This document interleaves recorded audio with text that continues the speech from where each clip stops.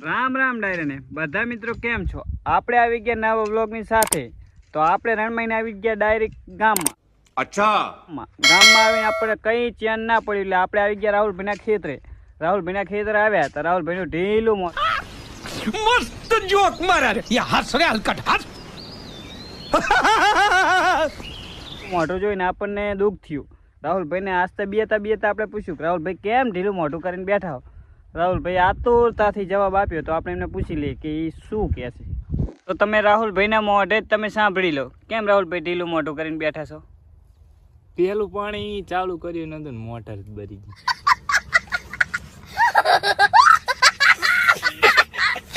કર્યા લારા. પહેલા પાણીમાં જ મોટર ભરાઈ ગઈ તો હજુ તો જીરામાં 5-6 પાણી વારવાના. કેવા લારા રહેશે?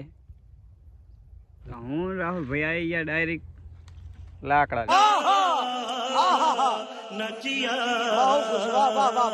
લેવા. રાહુલભાઈ લાકડા લેજો. કેટલી મહેનત કરે. જય માતાજી. લાકડા નહીં કપાતા રાહુલ. સમજ રહ્યો? સમજ રહ્યો? રાહુલભાઈ શું કરવાનું બોલો? કાપી છે નહીં કપાણો જો. ઘણી મહેનત ની પછી ઘણી બધી મહેનત કરી. અને આપણે ઘણા બધી મહેનત કરીને પરસેવો વાર્યો તો એ રાહુલભાઈને લાકડું કપવાનું નહીં. જે આ લીલું લીલું દેખાય એટલામાં રાહુલભાઈ એમને પાણી પાયું અને મોટર ભરી ગઈ. તો હવે આગળ બીજી પ્રોસેસ ચાલુ છે કામની. તે આગળ કામ કરી રહ્યા છે. તે આપણે જઈએ ત્યાં. તો આટલામાં પાણી પીવરાયું ને એમની મોટર ભરી જઈ છે. રાહુલભાઈને કામ કરી રહ્યા છે તો આપણે ત્યાં જઈએ. તો જે આ ખાંચા દેખાય એમાં જીરું નાખવાની પ્રોસેસ ચાલુ છે અને અહીંયા દંતારી કરવાની પ્રોસેસ ચાલુ. તો સામે ત્યાં એ પ્રોસેસ ચાલુ છે. તો ચાલો આપણે ત્યાં જઈએ. હવે આપણે કરવાની છે દંતારી. તો ફાઇનલી આપણે અમારા બેનબા દંતારી કરતા હતા. અહીંયા આગળ આપણે દંતારી કરતા હતા તો આપણે દંતારી લઈ લીધી છે. આને કહેવાય દંતારી. ચાલો દંતારી કરો.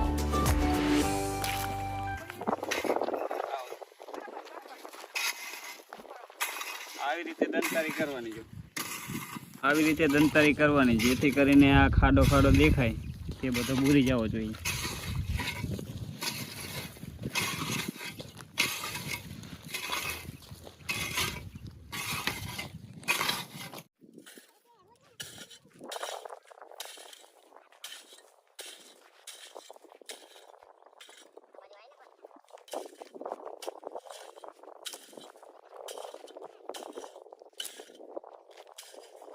ફાઇનલી મિત્રો આપણે આવી ગયા સીધા પાણીના બંબે. તો આ છે પાણી. તો અત્યારે તો રાહુલભાઈ હજી વેદના કીધી મોટર ભરી જઈ અને પાણી આવતું નથી. એના હિસાબે કામ બનશે. તો આ છે દવા વાસાલી. આ દવા નાખવાથી જીરામાં ખડ ના ઉગે. તો એ બાટલી પણ અહીંયા પડી છે. આપણે દવાવાળા હાથ ના કરાય. તો સામે અમારા કાકા જીરું પોંખી રહ્યા છે. જે અહીંયા ખાંચા હોય ને, જો તમને બતાવી દઉં. જાણ કે ટ્રેક્ટર હાલેલું હોય ને આ ખાંચા હોય. આ ડાયરેક્ટ તોરિયાની બાજુમાં હોય અને બીજા પણ આ બાજુ છે. જુઓ આ ખાંચા હોય એમાં જીરું નાખી દેવાનું અને પછી જે આપણું દંતારીની પ્રોસેસ હતી એવી રીતે દંતારી કરવાની. તો આ એમનું ખેતર છે.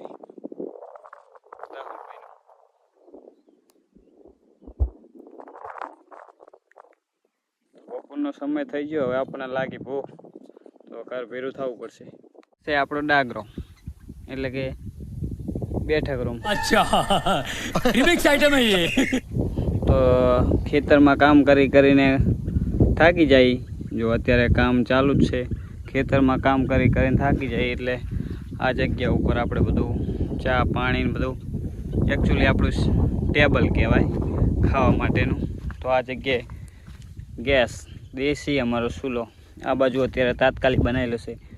આ અમારો દેશી ચૂલો કહેવાય. આ એની માટે બર્તન છે અને આ પીવા માટેનું પાણી. અહીંયા ગોદડા મૂકવાનું છે બધું છે.